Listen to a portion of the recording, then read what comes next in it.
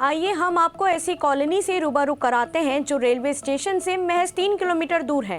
लेकिन इस कॉलोनी के एक ओर जहां भव्य भारत माता चौक है तो दूसरी ओर रिंग रोड। लेकिन इस कॉलोनी का दुर्भाग्य है कि विकास नाम की चिड़िया का यहाँ बसेरा ही नहीं है। यहाँ रहवासी बुनियादी सुविधाओं जैसे बिजली, सड़क, पानी, नाली के लिए तरस रहे हैं। हम बात कर रहे हैं बसंत विहार कॉलोनी गोंदवारा की।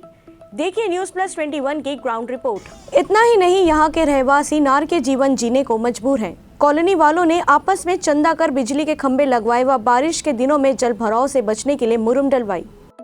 हम लोग का यहाँ तो पूरा रोड नहीं है, नाली नहीं है, पानी का कोई व्यवस्था नहीं है, ऊपर से स्ट्रीट लाइट भी नहीं है, जिसकी वजह से लेडीज़ लोग जैसे अंधेरा हो जाता है लेडीज़ लोग का निकलना बंद हो जाता है। पानी बिजली को लेकर टैक्स देते हैं आप?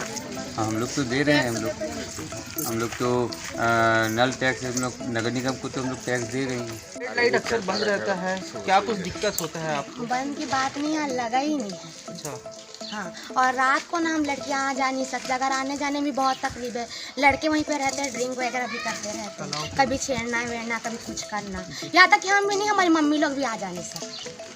और रास्ता इतना ख़राब है कि ना 2 कदम भी चलोगे गिर जाओगे, और बरसात के दिनों में ना बहुत तकलीफ होता है। इस समस्याओं के समाधान के लिए स्थानीय लोगों ने क्षेत्र विधायक सत्यनारायण शर्मा, महापौर एजाज ढेबर और जोन कमिश्नर कृष्णा खटीक को भी ज्ञापन सौंपा था।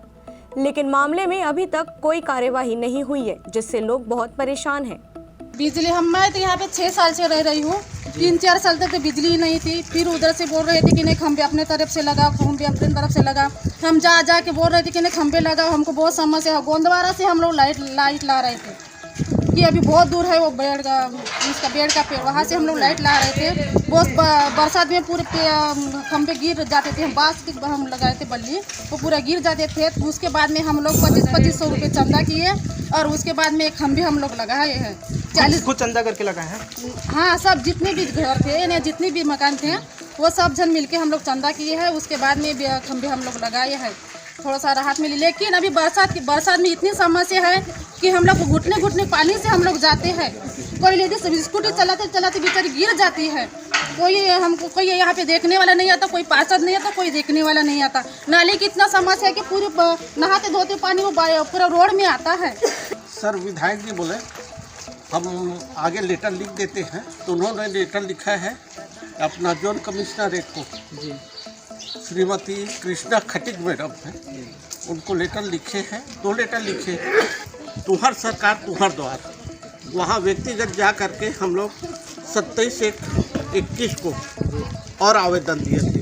इसी बेस पे अभी हम लोग ये आवेदन दिए हैं जो 5/10/21 को, हाँ 5/10/21 को अपन लिखे हैं, 7/10 को अपन वहाँ से जोन कमिश्नर से पावती लाए।